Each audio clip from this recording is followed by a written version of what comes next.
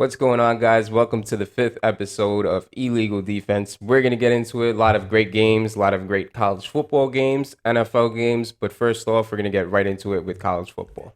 Right. And so, this week, a lot of teams getting into their league games and league matchups.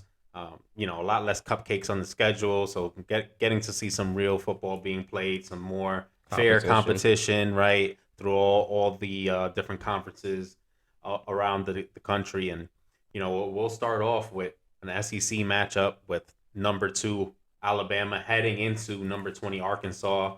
Big matchup for the week. A lot of people high on Arkansas coming into this. It Right. was a fairly big spread, and talks about maybe them covering and playing Alabama tight, and Alabama kind of letting their foot off the gas a little bit on the road against team as of late. But Yeah. Alabama showed up to play and was able to overcome some injuries and even big injury to their Heisman quarterback with a With Bryce shoulder, Young, yeah. where initially looking that it might be worse than what it actually is. Now there's talk that maybe it's maybe more of a sprain and maybe won't be a season ending injury. But their backup Jalen Milroe steps in and they were able to keep humming.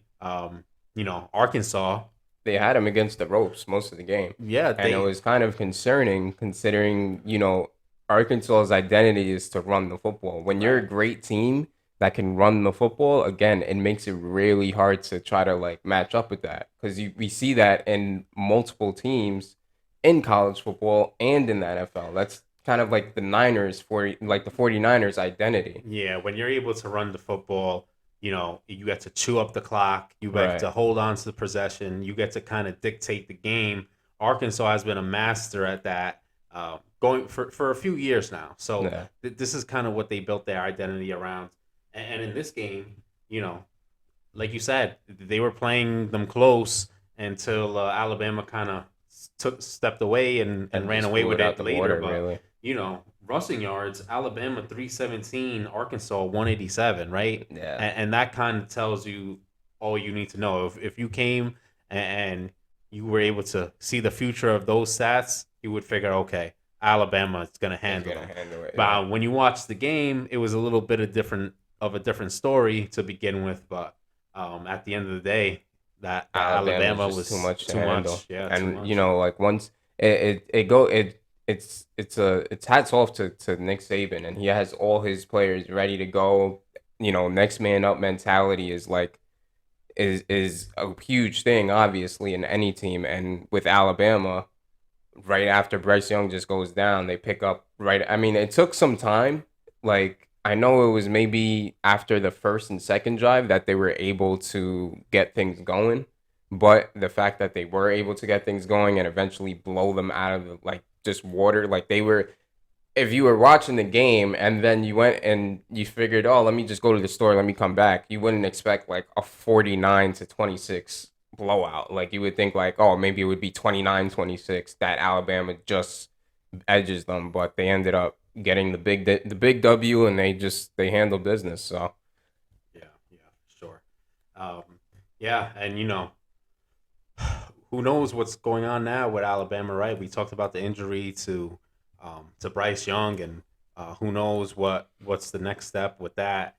Will Milroe have to play a few more games? Will Bryce Young, how long will he be out? How will it affect him? Is it something that can potentially be re-injured in the future? But definitely some things to watch. Milroe, though, a little more Jalen Hurts type right, than a Bryce Young or a Tua. So it'll be interesting to see if they do have to stick with their backup quarterback. He's backup because he's at Alabama and almost anywhere else in the country. you're a Most other starter, places, yeah. he's a starter outside of a few programs. But yeah, it'll be interesting to see if they do have to stick with Milroe, how that turns out, and what their offense looks like as a reflection of that. Right.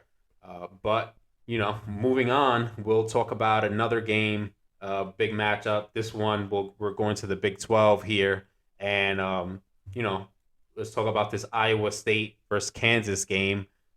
Huge matchup for the Big 12. Iowa State trying to you know, get on the right track and compete with the rest of the Big 12. The Big 12 as a conference, a lot of parity there, a lot of teams, all within striking distance of potentially winning that Winning that conference. Right, conference, it's yeah. probably the conference with the most teams have a shot. And they're going against a Kansas team, a surprise Kansas team that we've talked about plenty Plenty over of the times, last yeah. over the last few weeks of they're just surprising everyone. Their offense has been clicking. They've been handling things on defense, and they've been coming away with wins. And they were undefeated. And they have this matchup at home. Kansas offense absolutely humming this game. They're held to 14 points at home and still come out with a win when they hold Iowa to 11. And that makes Kansas 5-0, clear leader in the Big 12 right now. And now they're ranked, which is respectively they Yeah, should be yeah, ranked. and now they're finally ranked, which they probably should have been before, but now they are ranked as a result of this game. And yeah, I mean, look, Iowa State's a pretty good team, and they'll have other opportunities to you know Kind of continue come to back to from yeah this. to climb the ranks of the Big 12 and to be able to put themselves in position towards the end of the season to have a shot to compete for that Big 12 title. But Kansas right now is hot. It's They're hot, yeah, and they're it's momentum. yeah, You get a few wins under your belt, and it's like, okay, we got something going here, and then it leads to 3 games, it leads to 4 games, leads to 5 games, and it's like, all right, let's now you start to believe in the program, you start to believe in the philosophy that your coach is actually setting with your team, and again, when you're just hot like that, it's like, all right, now we could build with something. And Kansas, I mean, nobody expected them to win this many games. So I mean, just for them to win 3 games is mm-hmm, huge. mm-hmm. So for them to be a competitive contender in the Big 12, which has an Oklahoma that is still great, and they have obviously just the Big 12 isn't, I mean, it's not the SEC, but to be competing in that Yeah, sense, again, just like we've been talking about all season about this Kansas, and they've been overachieving, which is always good. And I think they're capitalizing on the momentum that they have. So yeah, and in this game, uh, this will tell you it right here. Kansas 112 rushing yards. They held Iowa State to 26. sheesh, So 26, man, that's 26, lights out defense. right? And and this is with Iowa, winning in the time of possession, gaining more first downs. So Kansas finds a way to pull a close one out. And I think that's important for a team like Kansas, Yeah, right? For a team that, hundred like I percent. said, the offense has been clicking. Can they win when things get ugly? And Right, they just showed they can. and it's like throughout the season they have a win like that. They have a win that's a blowout win. They have in again in those scenarios, it's like that's what you want to see. That's what you really see in a team. You could be in Alabama, just blow out a bunch of culinary schools, and it's like, okay, you're not really tested until you hit those SEC opponents. But a team like this, it's like, all right, we want to see how they handle adversity, how they come back, if they're able to put up points, blow out teams, and build on that and not blow leads or even come back or whatever the case is. And that's why I think most people are surprised with the result of Kansas this season and just them winning all of these games, which is like, again, nobody's expected them to do that. They're Right. they're shocking pretty much all of college football scene. I don't like nobody expected this at all. Yeah, and I think there's been talk about it, but they are now a legitimate threat to win that conference. I think just their body of work so far, Mm, you can't count them out.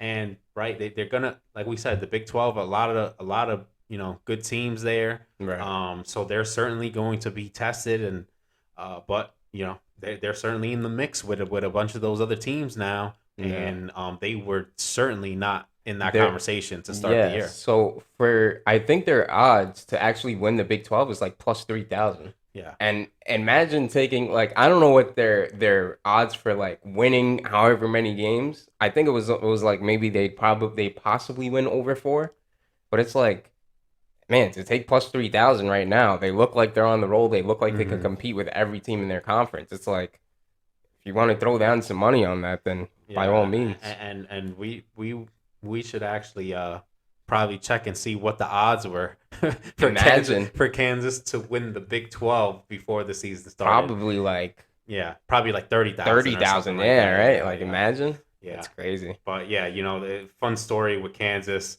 Um, we'll move on here to some ACC play, and we had a ranked matchup with number 10 North Carolina State going to number 5 Clemson.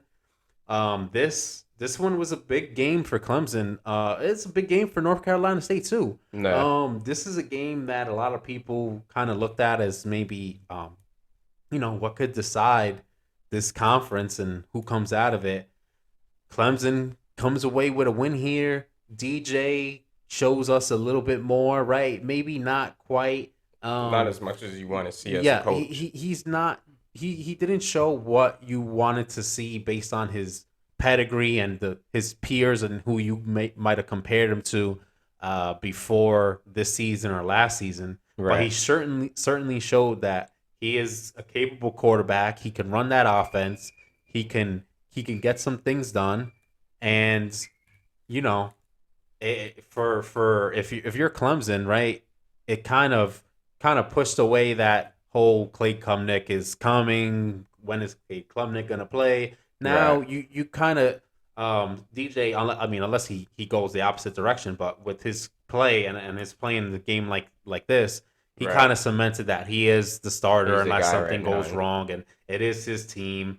So yeah, but yeah, Clemson, they win 30-20 against probably the best defense they'll face all year, at least in during the regular season. Right. And and look, it's tough to win in Clemson, right? They have that crazy home winning streak. Yeah. Really tough to beat them there, and they find a way to get it done against an experienced North Carolina State team with a solid veteran quarterback, a good defense. So definitely a nice test Yeah. for Clemson, and something that I'm sure they're happy They're about happy passing about. that test. Yeah, and I think it's also like a testament to, maybe it is better off if Kate Klubnik just sits out for a little bit, tries to learn the offense. I'm sure he'll get reps regardless, and it may not be so much of, oh yeah, we're gonna replace DJ, but let's get him out, let's get him some game time, let's get him some experience, aside from practice and see where he stands. And again, you want to get these quarterbacks ready for once DJ leaves or once the next quarterback leaves. So I think Dabo's going to do what he's going to do. At the end of the day, he's built a phenomenal program with Clemson, so that'll eventually shape out. But I think they did play a good game. It was kind of slow in the beginning, but it turned out to be what it was, and Clemson took care of business. But again, you kind of like, if Clemson versus a Georgia team or versus an Alabama team in the playoffs or even an Ohio State team, it's like there can't be any like, all right, let's wait until DJ wakes up. There may be a situation where Dabo pulls a Nick Saban and goes, you know what, Jalen, you're out. Tua, get in and finish business. And that may happen. That may happen Hmm. also. Yeah. But again, that's to be determined, and that's even if Clemson is able to make the playoffs this year. So we'll see how that ends up. Yeah, yeah.